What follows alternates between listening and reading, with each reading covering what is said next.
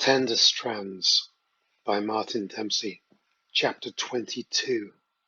Trap Door. Clark was drawn towards the edge of the shop's repair pit by echoing, clacking sounds, her eye line drawing near enough to the hole to see the elevator within it, slowly lowering, like a coffin within a grave. Her toes touched the yellow and black striped tape which bordered it, 2 feet from the edge of the hole.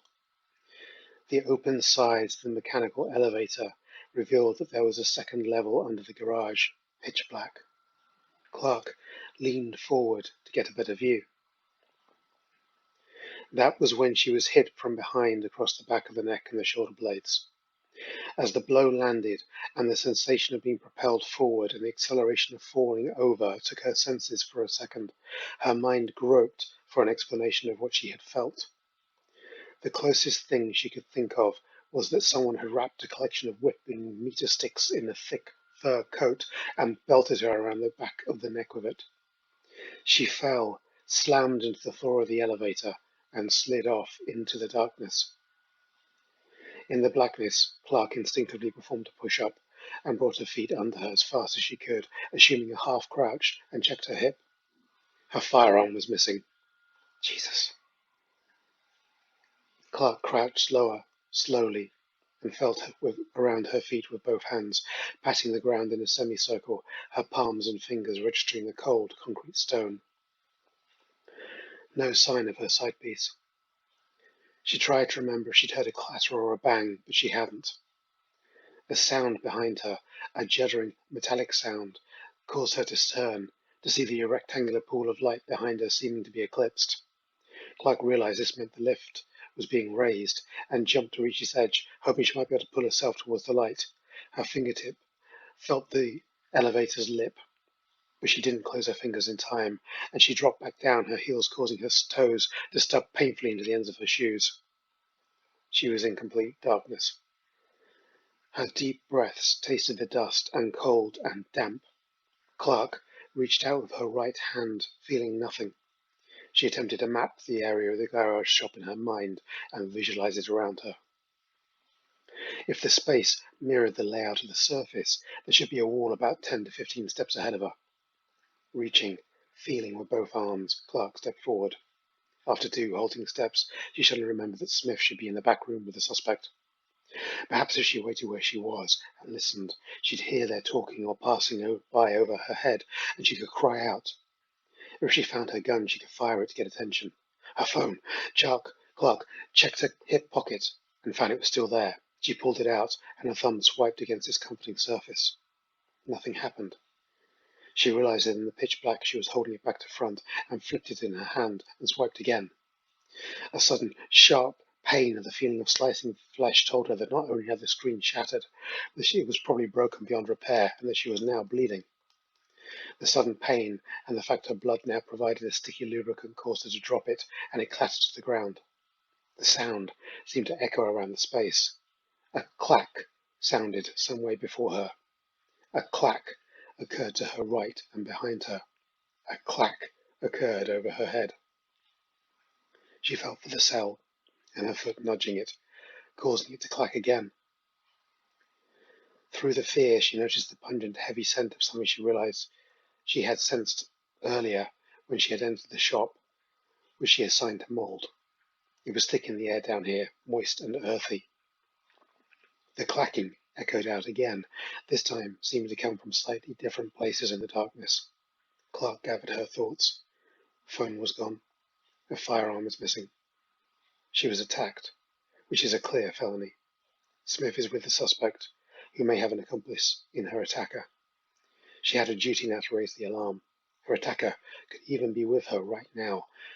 Not by the pit. She would have heard whoever that was climbing down with her. But she may be being held captive, which raised this to a felony assault and kidnapping. She needed to find a light source. There may be a light switch on the wall somewhere.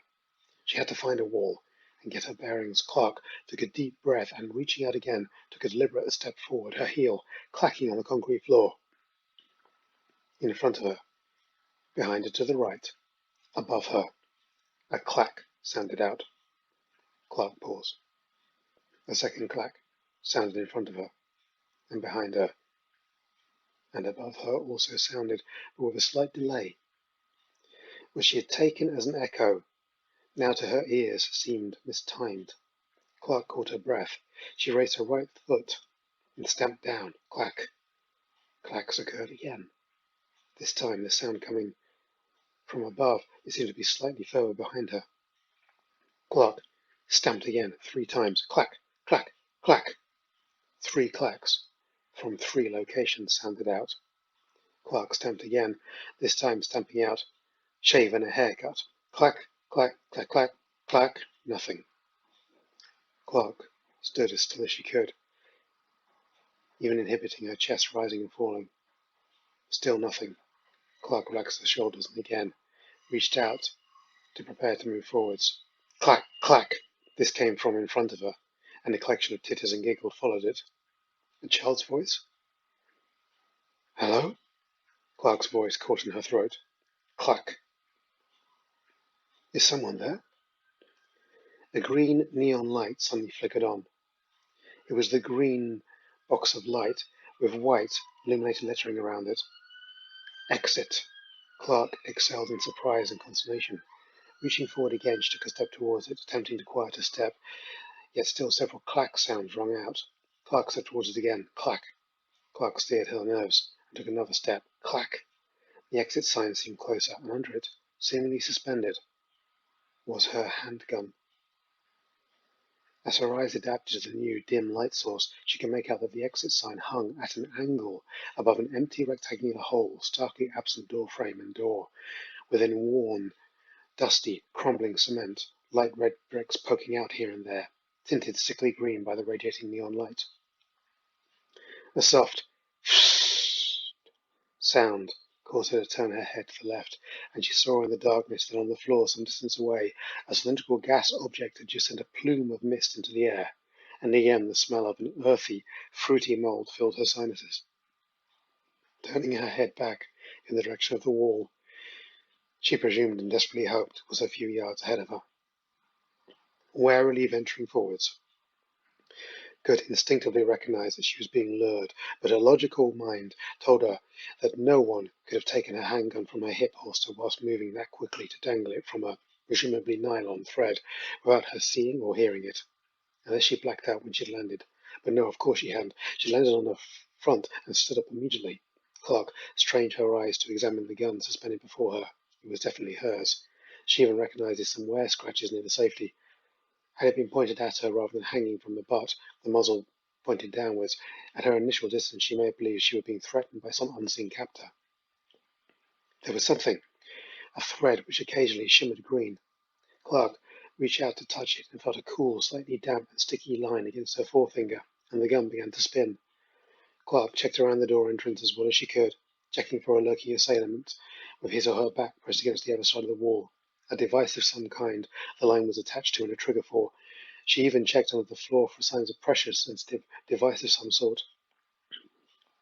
Clark exhaled, held her breath, and closed her hand around the gun's handle and tugged.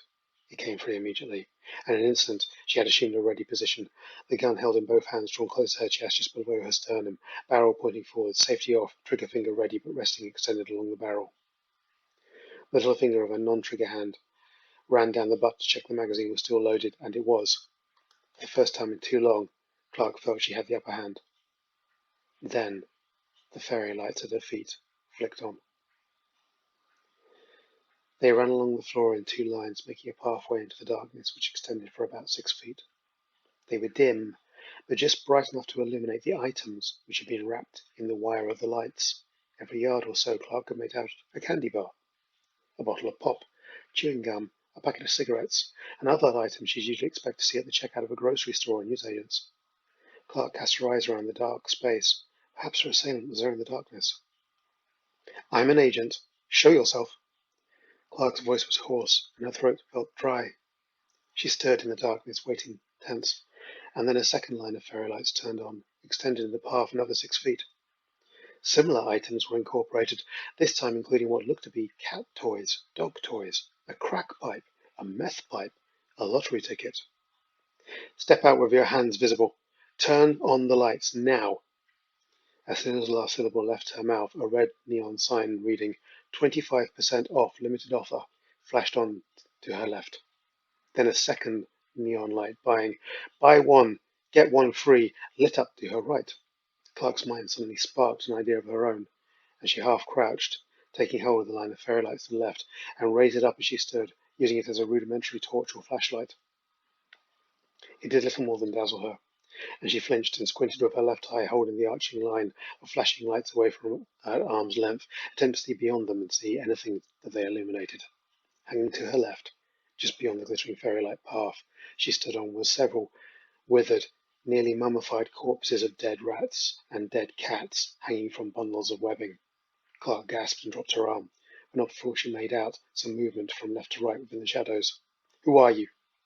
Stand still, then come forward slowly with your hands up. Another light flickered on.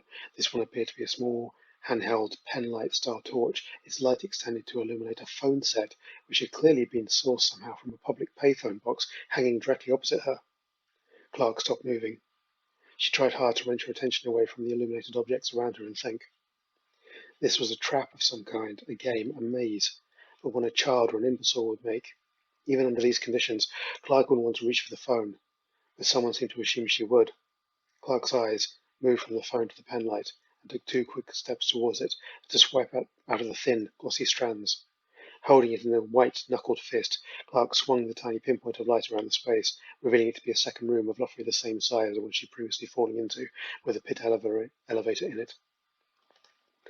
Something darted away from the light in an instant, and she couldn't relocate it. She could also see many grisly parcels suspended in the darkness, echoing the silent screams of fangs and outstretched numb paws.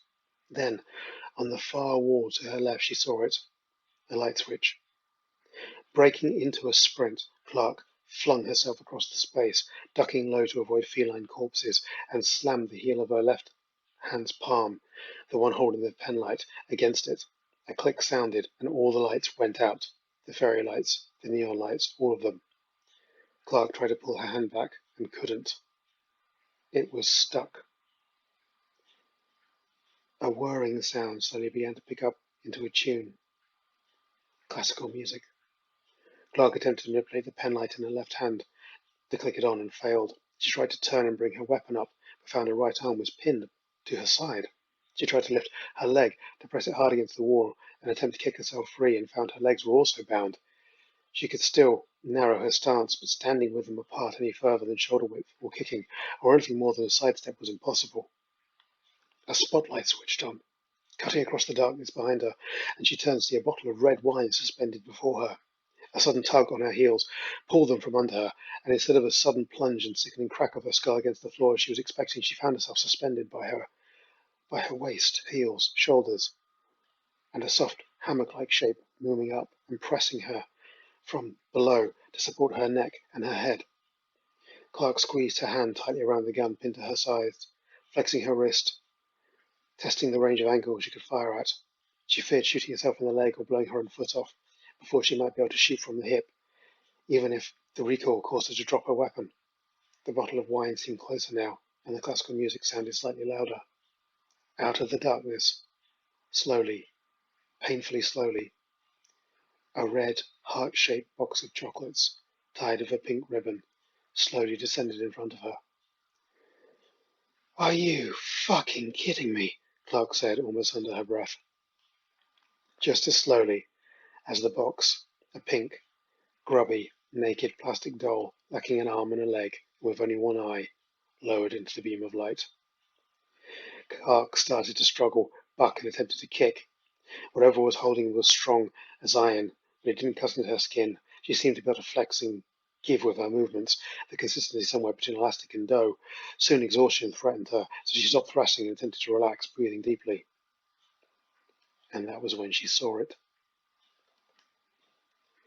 It slowly dipped into the beam of light, swinging down in an instant. Its face lit starkly from the side. There was more of it, to be sure, out of the beam of light, but its face was immediately clear. Clark's heart leapt inside her chest, and she started hard. There was something. It was a wide, round, masculine face with a slightly fat nose, and a wide, beaming mouth. Something moved inside the mouth, however, pressing from inside against the waxy, make-up white cheeks.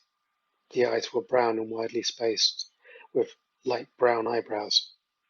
At their corners, on each side, 3 chocolate-sized black dots, like beauty marks or tattoos, ran along the sides of its head to its temples. The hair was almost comically flat and groomed, as if lacquered or heavily gelled, and as her eyes and mind continued to take in details, she saw the hair continued along behind its ears, along the thick throat, and up into the darkness. The face continued to half grin, half beam at her excitedly as it slowly rotated. The head twisted at the same time, turning to keep looking at her upside down, and then it continued to rotate by twisting and tilting at the neck, the right way up, but at an anatomically impossible angle. Please, I'm a law enforcement agent. You have to let me down now. The thing continued its third turn until it was arching its neck to look level at her face and then stop spinning. Out of the darkness, a long, thin, bristled, greasy, segmented leg reached over and tentatively tapped on her torso. 2 pointed claws at the end of it, covered in barely visible fishhook-shaped spines, brushed her skirt up, revealing her waist. No! No! The face's grin broadened, and between 2 rows of round, peggy teeth, Clark saw 2 fangs nested inside the thing's mouth, stickily rubbed together, causing his cheeks to bulge outwards. Stop! The face made eye contact, and it waggled its eyebrows. Stop! The thing descended slowly, the jaws within its mouth extending past the lips to spike downward at her navel. She could see more of it now as the body entered the light. Thick tufts of bristles like paintbrushes poked out of slate-grey armadillo-esque skin. A pattern of orange and red spread like a rash across it. Small things moved between the bristles and over the skin, which her eyes made out to be lice and fleas, and several bloated ticks blotted the skin. Boils and scabs and scrapes were also present on the large, bloated abdomen, which in parts was nearly translucent. She could see lungs moving inside the bulbous mass, the black ribs flexing. The segments of the legs seemed to sweat at every nook and crease of leathery skin, and the smell hit her. The smell of a never-washed dog on the inside of an old gym bag. It was at least half the size of her, and as it got nearer her stomach, it let out a snort.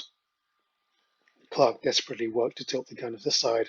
She could only work her hand forwards. She could maybe get a shot off at it, or maybe shoot it through her own flesh. The thing then seemed to pause and then frown.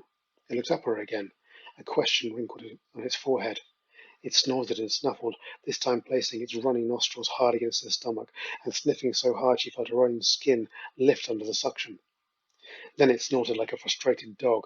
It snapped its head up and glared at her, seemingly hurt and furious. Its fangs pulled back inside its mouth, and in a ludicrous pantomime of huffy defiance, it turned its head to the side and up. Eyes closed, lower lip pulled out, jaws clenched, then flipped over, and for a split second, Clark saw many spindly, spiny legs, ending in hooks, move at rapid speed, and the thing vanished above her. The beam of light flicked off. Clark froze, holding herself as still as she could in the total darkness. Then whatever was supporting her heels gave way, and she let out a yelp. Then the support from her shoulders and neck released, and she fell into the concrete, again painfully stubbing her toes. Her right arm was still pinned to her side, her firearm useless until she could free it. She reached around with her left arm to take hold of her left hand, but as soon as she learned the threads could encompass the barrel too, until she could find a way to dislodge the strands, her right arm and her firearm were useless. In the distance, she heard the sounds of metal warping and buckling. She looked over in the darkness. She made out the pit of the elevator slowly descending, and above it, the light of the garage shop. Wary of being trapped again, Clark took a hunched, cautious step towards it, reaching out with her left arm. She had lost the penlight somewhere, but with each step, the elevator got nearer to the level where she could make a jump for it, or at least shout for help. As she reached it, the metal plate in turn reached the bottom of its trajectory, and she went to reach for it and pull herself up, when out of the corner of her eye she saw something else, lit by the light from above, level with her mid-shin. She saw the face of a small boy with tousled jet-white curly hair. He looked like a grumpy toddler, awoken from a much-needed sleep, simultaneously confused and accusatory. The light glinted off a ring of jet-black, circular stone shapes, placed evenly around the top of his little face. A ruff of fur as white as that on his head extended onto an ebony-coloured, luxuriant collection of locks along the long, slender abdomen, and the segmented legs were tucked under the body.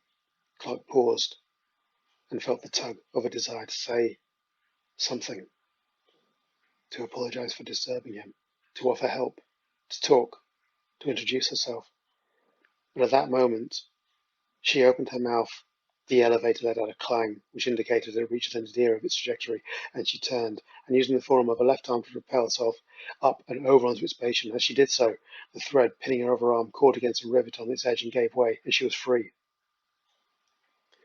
As she reached up in an attempt to initiate a clamber onto the garage floor, she saw Cavell and Smith were rounding a tiny corner which apparently led to Cavell's office. Cavell leading. Cavell saw her and stopped in his tracks, his head moving from her to the elevator pit and back again, a look of panic on his face. She heard Smith say, "We'll be in contact again soon," and Cavell turned to face him. Then she heard Cavell's voice say, as if giving a command, "Be good, Sooty." Somewhere else, from somewhere she couldn't see, answered a hoarse, hissing whisper, "Sooty will be good."